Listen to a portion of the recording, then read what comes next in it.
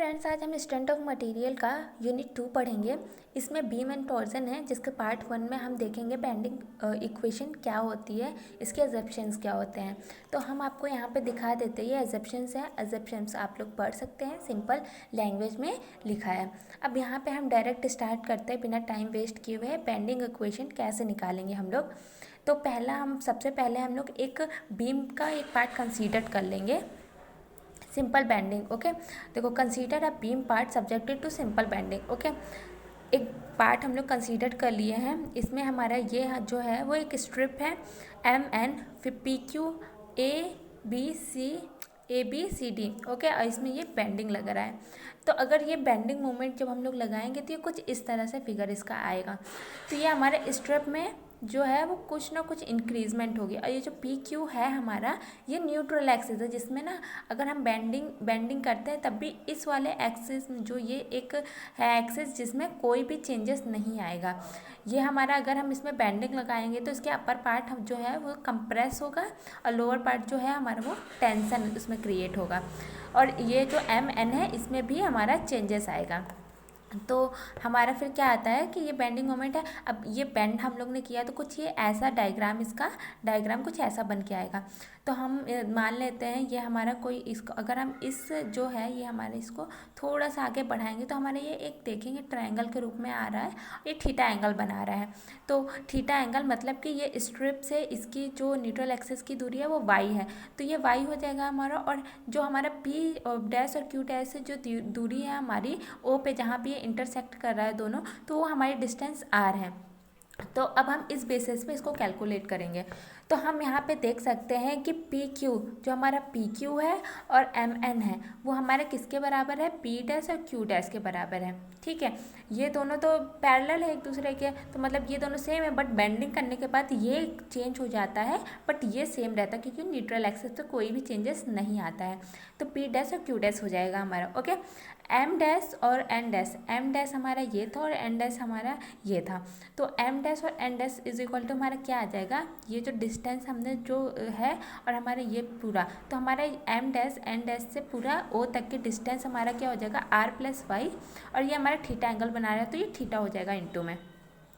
तो ये हो गया हमारा निकल के आएगा। P डैश और Q डैश हमारा क्या आता है, P डैश Q डैश हमारा क्या हो जाएगा, P डैश Q डैश से हमारा O तक की डिस्टेंस हमारी कितनी है, R, और ये एंगल कितना बना रहा है, थीटा। तो ये हो जाएगा हमारा P डैश और Q डैश। ये हम क्यों, हमारा ये कैसे आया है, तो हमको पता है कि जो हमारा आर्क होता है, तो आर्क इज इक्वल टू हमारा क्या होता है, radius. Okay, radius into angle, radius into angle. Okay, तो इस फॉर्मूले की से हम लोग ये सब निकालते हैं। तो इसमें हमारा MN, तो M और N हमारा क्या हो जाएगा, जो MN है हमारा वो किसके बराबर हो जाएगा, R थीटा। क्योंकि हम लोग ने यहाँ पे देख चुका है कि PQ is equal to MN is equal to P dash Q dash. तो यहाँ पे P डैश Q डैश हमारा R थीटा है, तो यानी MN भी हमारा R थीटा निकल के आएगा। तो अब हम लोग आगे चलते हैं कि आगे हम लोग, ठीक है, अभी यहाँ तक कि हम लोग को समझ में आ गया कि कैसे आया। अब हम देखेंगे पहले स्टेप में हम लोग करेंगे कि strain in strip. Strain in strip, ये जो स्ट्रिप है इसमें कितना स्ट्रेन आया, क्योंकि पहले लेंथ ये थी, फिर उसके बाद इसकी लेंथ चेंज हो गई है। तो हमारा स्ट्रेन इन स्ट्रिप, तो हम देखेंगे पहले जो हमारा लेंथ जो इंक्रीज़ हुआ है वो, और एक्चुअल लेंथ अपॉन में एक्चुअल लेंथ। तो जो हमारा इंक्रीज़ हुआ है लेंथ वो माइनस में एक्चुअल लेंथ अपॉन में एक्चुअल लेंथ। तो हमारा ये strain in strip E is equal to में हमारा ये जो है हम लोग निकाल लेंगे। हमारा M डैश N डैश हमें ये सब पता है, तो हम ये सब पुट कर देंगे इस फॉर्मूले में। तो हमारे ये निकल के आ जाएगा कुछ y अपॉन में r। अब y अपॉन में r निकल के आया है, और E हमें पता है क्या होता है, हमें पता है मॉड्यूलस ऑफ इलास्टिसिटी क्या होता है, E इज इक्वल टू में स्ट्रेस अपॉन स्ट्रेन।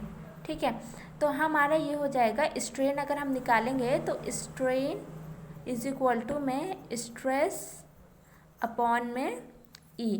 तो स्ट्रेस अपॉन में E, स्ट्रेस हमें पता है कि ये होता है सिग्मा। तो स्ट्रेस अपॉन में E is equal to y upon में R। ये हमारा निकल आया पहला, इक्वेशन 1 हम इसे मान लेते हैं। But actual stress will develop on cross section of the beam, जो एक्चुअल स्ट्रेस विल डेवलप होगा किसमें, cross section of the beam में, बीम के क्रॉस सेक्शनल में जो एक्चुअल जो हमारा cross sectional of the beam जो एक्चुअल स्ट्रेस डेवलप होगा वो हमारा क्या होगा, हम देख लेते हैं। ये एक हमारा डायग्राम है, तो इससे हम लोग निकालेंगे कि एक्चुअल जो स्ट्रेस डेवलप होगा क्रॉस सेक्शनल में होगा। तो हमारा ये हमने ले लिया एक छोटा सा पार्ट। अब इसमें हम लोग देखते हैं कि ये जो हमारा जो हमने एक एलिमेंट लिया था, ये जो है डी ए है, और यहाँ से न्यूट्रल एक्सेस की दूरी x है, और ये हमारा p और ये q था। न्यूट्रल एक्सेस क्या था, पी क्यू था हमें। तो अब हमारा हम निकालेंगे इसमें resistive force develop by strip. Strip के द्वारा जो हमारा रेजिस्टिव फोर्स डेवलप होगा वो क्या होगा, stress into area. Resistive force develop by strip means stress into area. Okay, stress into area. तो स्ट्रेस हमारा क्या है, सिग्मा स्ट्रेस पता है सिग्मा होता है, और एरिया हमारा क्या है, ये डी ए हमारा एरिया है।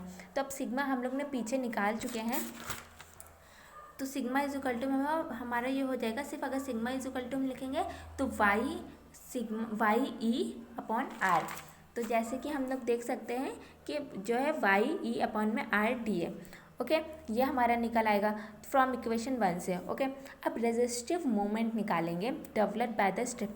पहले तो हमने रेजिस्टिव फोर्स निकाला, हाँ रेजिस्टिव फोर्स।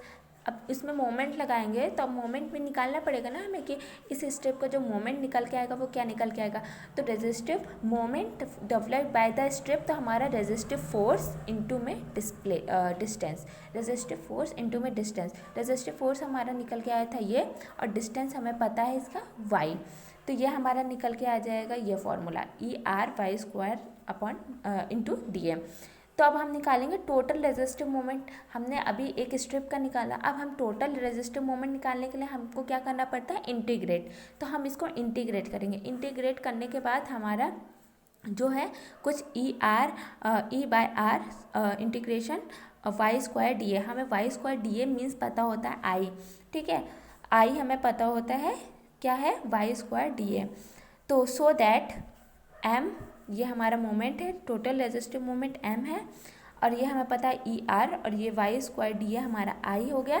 तो ये हमारा निकल के आ जाएगा ये फॉर्मूला। अब हमें पता है कि MI is equal to ER, और ER इज इक्वल टू हमारा सिग्मा y। तो हम दोनों इक्वेशन को एक साथ रख के हमारा ये फॉर्मूला निकल आएगा। कौन सा फॉर्मूला है ये, बेंडिंग इक्वेशन निकल आएगी। तो सो आई होप ये वीडियो आपको पसंद आया होगा, और ज़्यादा वीडियो के लिए आप मेरे चैनल को सब्सक्राइब कर लीजिएगा। Thank you so much.